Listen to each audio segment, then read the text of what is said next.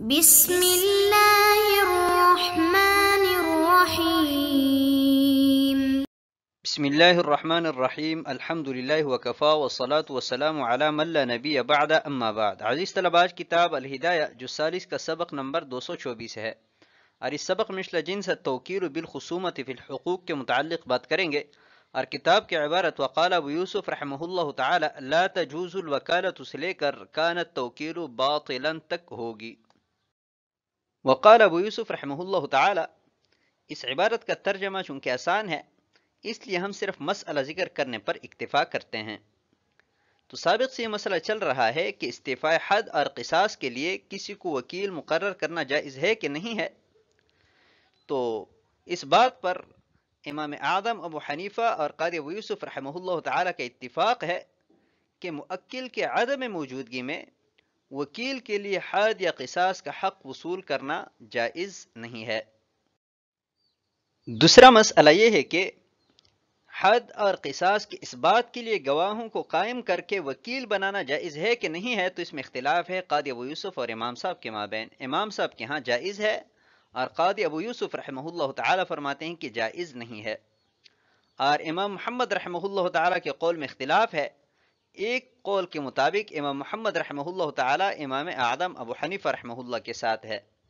اور دوسرے قول کے مطابق قاضی ابو یوسف رحمہ اللہ تعالی کے ساتھ ہے. وقیل هذا الاختلاف فی غیبته دون حضرته. بعض مشائخ فرماتے ہیں کہ اختلاف اس صورت میں ہے کہ جب موکل موجود نہ ہو. اگر موکل موجود ہے تو بالاتفاق حد اور قصاص کی اس بات کے لیے وکیل بنانا جائز ہے. لأن کلام الوکیل ينتقل الى الموکل عند حضوره. اس لیے کہ جب موکل موجود ہے تو وکیل کا کلام موکل کی طرف منتقل ہو جاتا ہے. تو ایسا گویا کہ موکل خود کلام کر رہا ہے. تو جیسے موکل خود اگر حد اور قصاص کو ثابت کرنا چاہتا ہے اور اس کے لیے گواہوں کو قائم کرے تو حد اور قصاص ثابت ہو جاتے ہیں، ایسی ہی وکالت کے راستے سے بھی وہ حد اور قصاص کو ثابت کر سکتا ہے. لہو ان التوکیل انابت. قاضی ابو یوسف رحمہ اللہ تعالی کی دلیل ہے، وہ یہ فرماتے ہیں کہ توکیل انابت کا نام ہے. یعنی موکل جب کسی کو وکیل بناتا ہے تو اس کا مطلب یہ ہوتا ہے کہ وہ اپنی طرف سے تصرف کے لیے نائب مقرر کرتا ہے. تو جب توکیل انابت کا نام ہے تو یہاں پر شبہۃ النیابہ آ جائے گا. حد اور قصاص کے باب میں شبہات سے احتراز کیا جاتا ہے، بچا جاتا ہے. تو جیسے حد اور قصاص کے باب میں شہادہ علی شہادہ جائز نہیں ہے اس لیے کہ وہاں پر شبہۃ البدلیہ ہے، اور حق کی اصولی کے لیے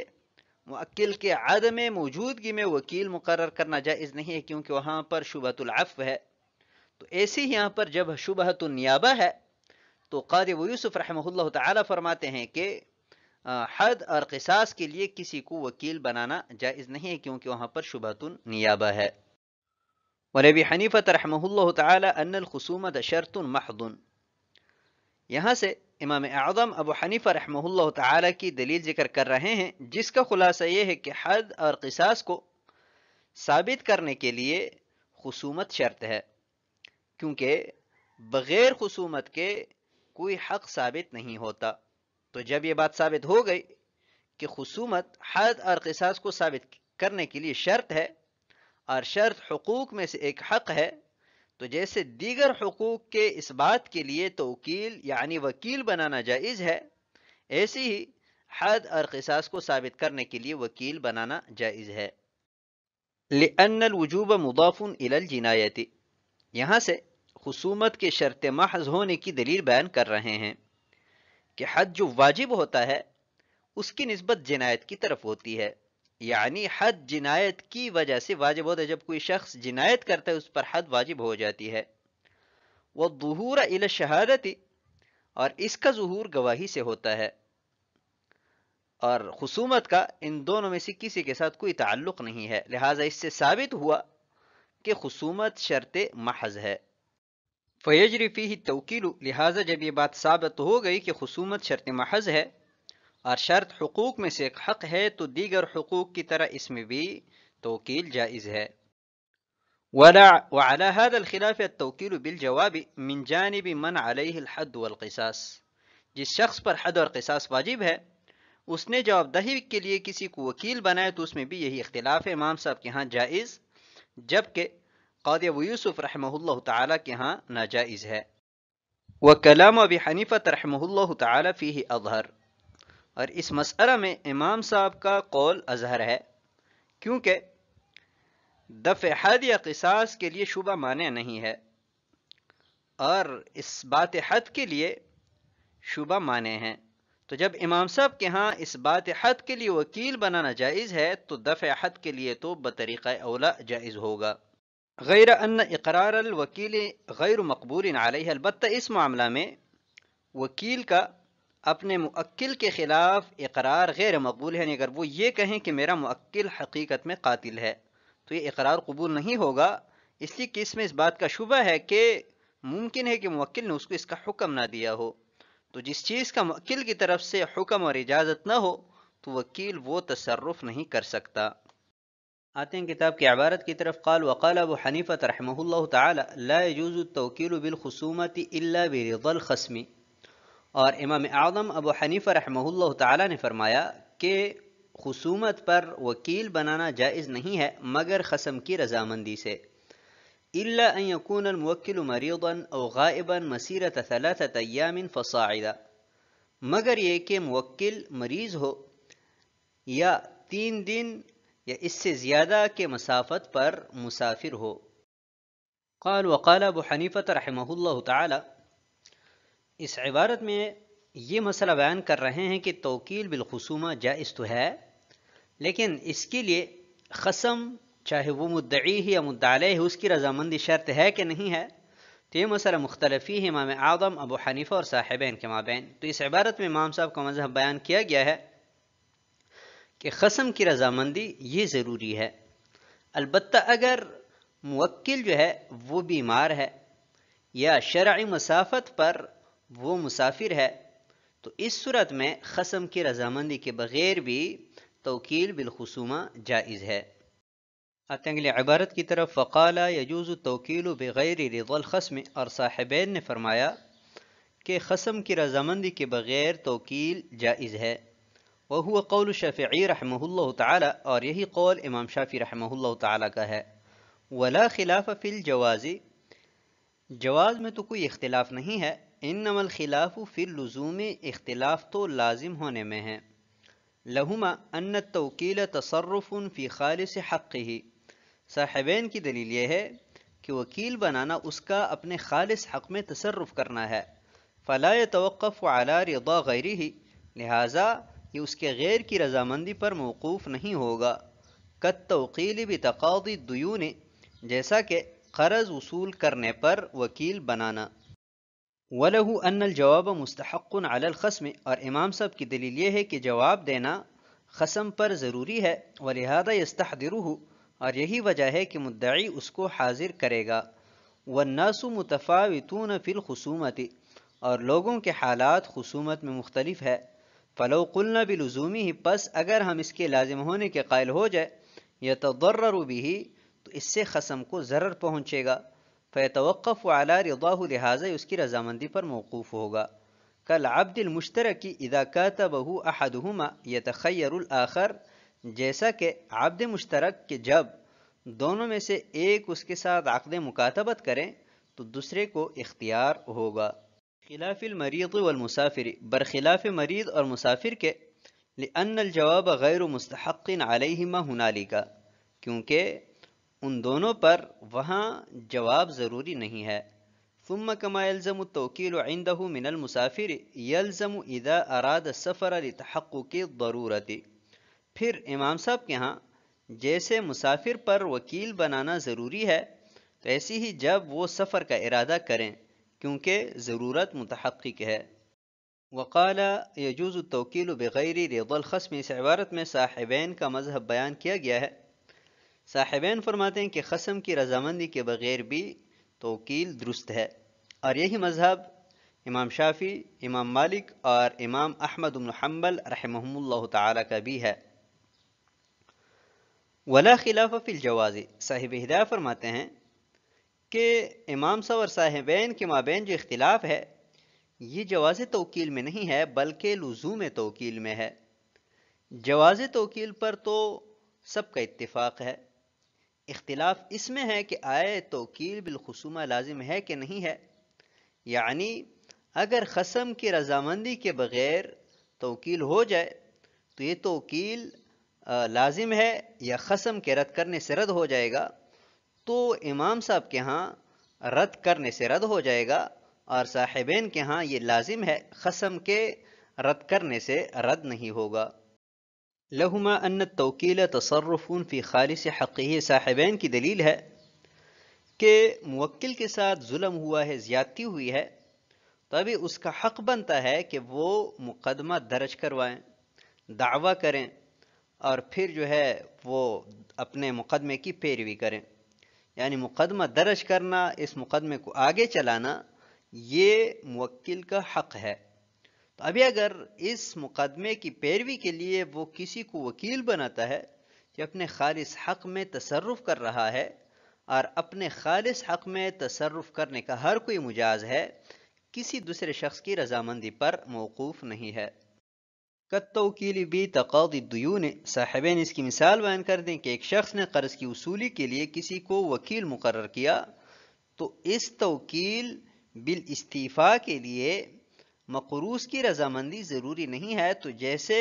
مقروض کی رضامندی کے بغیر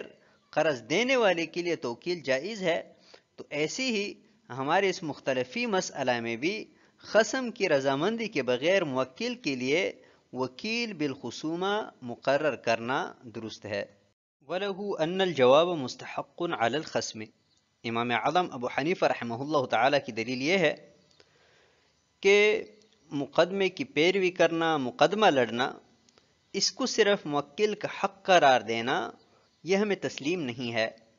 بلکہ اس میں خصم بھی شریک ہوتا ہے، کیونکہ مدعی جب دعویٰ کرتا ہے تو جواب دہی کے لیے مدعی علیہ کو مجلس قضا میں حاضر کیا جاتا ہے، تو اس مقدمے میں صرف مدعی کا حق نہیں ہے بلکہ مدعی علیہ بھی اس میں گھسیٹا جاتا ہے۔ تو ابھی اگر مدعی علیہ کے ساتھ خصومت کے لیے کسی شخص کو مقرر کیا جائے تو خصومت میں تو لوگوں کے حالات مختلف ہوتے ہیں، بعض لوگ بہت سخت قسم کے جھگڑالو ہوتے ہیں، بد اخلاق ہوتے ہیں، تو ابھی اگر ہم مطلقاً اجازت دے دیں کہ خصم کی رضامندی کے بغیر بھی توکیل جائز ہے، تو اس میں تو اس خصم کو ضرر لاحق ہوگا۔ اگر کسی ایسے شخص کو وکیل بنائے کہ جو بد اخلاق ہے تو اس سے اس کو تکلیف ہوگی،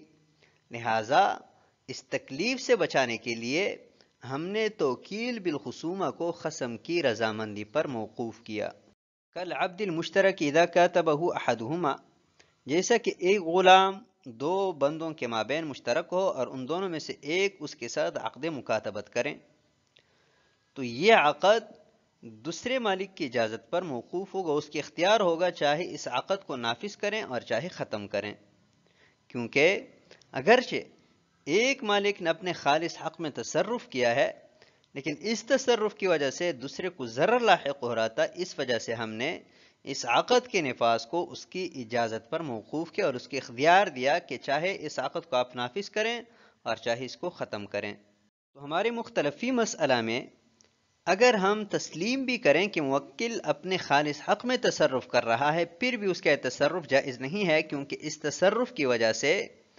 خصم کو ضرر لاحق ہوگا، تو اس کو ضرر سے بچانے کے لیے ہم نے اس معاملے کے جواز کو خصم کی رضامندی پر موقوف کیا۔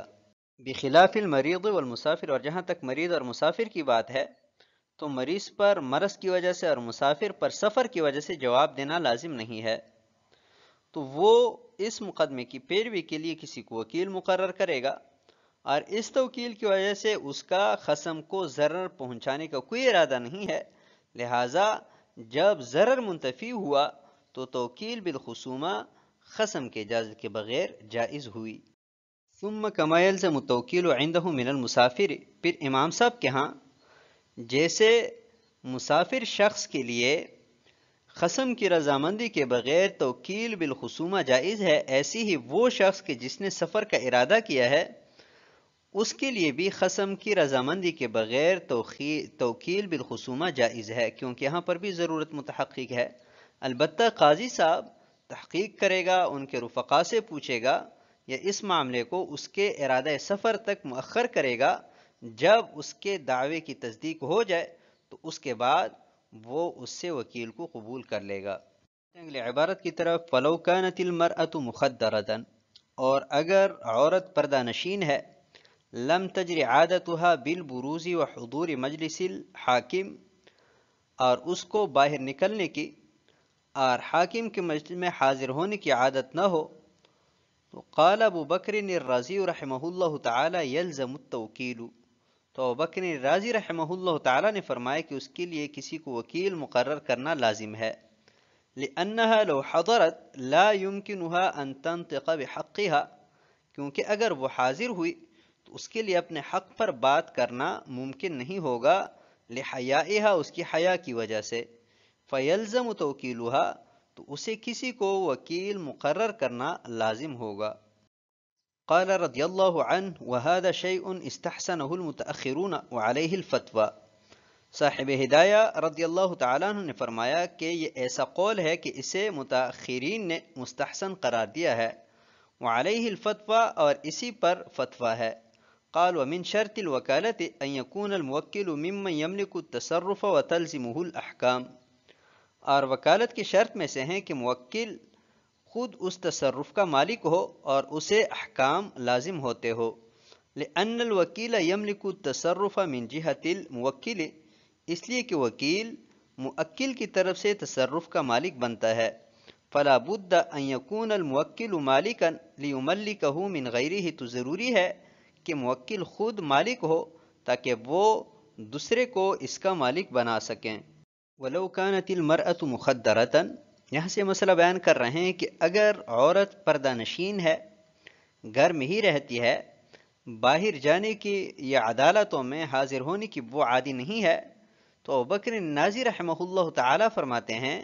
کہ ایسی عورت کے لیے توکیل بالخصومہ یہ ضروری ہے، کیونکہ اگر وہ خود حاضر ہوگی عدالت میں تو اپنے حق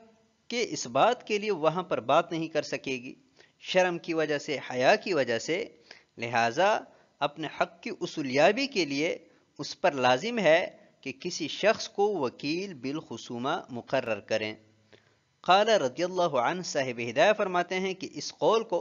متاخرین نے مستحسن قرار دیا ہے، اور اسی پر فتویٰ ہے کہ باحیا اور پردہ نشین عورت اپنے حق کی اصولیابی کے لیے بجائے اس کے کہ وہ خود جائیں کسی اور کو وکیل مقرر کریں۔ قال ومن شرط الوکالہ، صحت وکالہ کے لیے دو شرطیں بیان کی گئی ہے، ایک شرط موکل کے متعلق ہے اور وہ یہ ہے، دوسری شرط اگلی عبارت میں آئے گی۔ صحت وکالہ کے لیے موکل کا اہل تصرف میں سے ہونا ضروری ہے، کیونکہ ضابطہ ہے کہ لا تملیک فیما لا یملکہ المالک، کہ جس چیز کا ایک شخص خود مالک نہیں ہے اس چیز کا وہ کسی دوسرے کو مالک نہیں بنا سکتا۔ تو ابھی اگر موکل اہل تصرف میں سے نہیں ہے تو وہ دوسرے شخص کو کیسے اس تصرف کا مالک بنائے گا، لہٰذا صحت وکالہ کے لیے ضروری ہے کہ موکل اہل تصرف میں سے ہو۔ وَيُشْتَرَطُ أَن يَكُونَ الْوَكِيلُ مِمَّن يَعْقِلُ الْعَقْدَ وَيَقْصِدُهُ، اور یہ بھی شرط ہے کہ وکیل ان لوگوں میں سے ہو کہ جو عقد کو سمجھتا ہو اور اس کا قصد کرتا ہو، لِأَنَّهُ يَقُومُ مَقَامَ الْمُوَكِّلِ فِي الْعِبَارَةِ، اس لیے کہ وہ عبارت میں موکل کے قائم مقام ٹھہرتا ہے، فَلَا بُدَّ أَن يَكُونَ مِنْ أَهْلِ الْعِبَارَةِ، تو ضروری ہے کہ وہ عبارت کے اہل میں سے ہو، حَتَّى لَوْ كَانَ صَبِيًّا لَا يَعْقِلُ، یہاں تک کہ اگر صبی غیر عاقل ہو، او مجنونا، یا وکیل پاگل ہو، تو کان التوکیل باطلا، تو توکیل باطل ہوگی۔ وَيُشْتَرَطُ أَن يَكُونَ الْوَكِيلُ مِمَّن يَعْقِلُ الْعَقْدَ، یہ دوسری شرط ہے جو کہ صحت وکالہ کے لیے ضروری ہے، اور وہ یہ ہے کہ وکیل ایسا شخص ہو کہ جو عقد کو سمجھتا ہو اور عقد کرنے کا ارادہ اور قصد بھی رکھتا ہو، نہ کہ یہ کہ بائع کے ساتھ صرف بطور مزاح کلام کر رہا ہو۔ اور اس شرط لگانے کی وجہ یہ ہے کہ وکیل موکل کے قائم مقام ہوتا ہے، وہ موکل کی طرف سے تعبیر کرتا ہے، تو ضروری ہوا کہ وہ ایسا شخص ہو کہ جو تعبیر کا اہل ہو۔ لہٰذا ایسا بچہ کہ جو غیر عاقل ہے، عقل نہیں ہے یا مجنون ہے، دونوں چونکہ اہل تعبیر میں سے نہیں ہے، تو اس وجہ سے اگر کسی شخص نے ان دونوں کو وکیل بنایا تو یہ توکیل باطل ہوگی۔ قال وَإِذَا وَكَّلَ الْحُرُّ الْبَالِغُ، اس عبارت پر انشاءاللہ آنے والے درس میں بات کریں گے، تو آج کے سبق کو ہم اسی پر ختم کرتے ہیں۔ والسلام علیکم ورحمۃ اللہ وبرکاتہ۔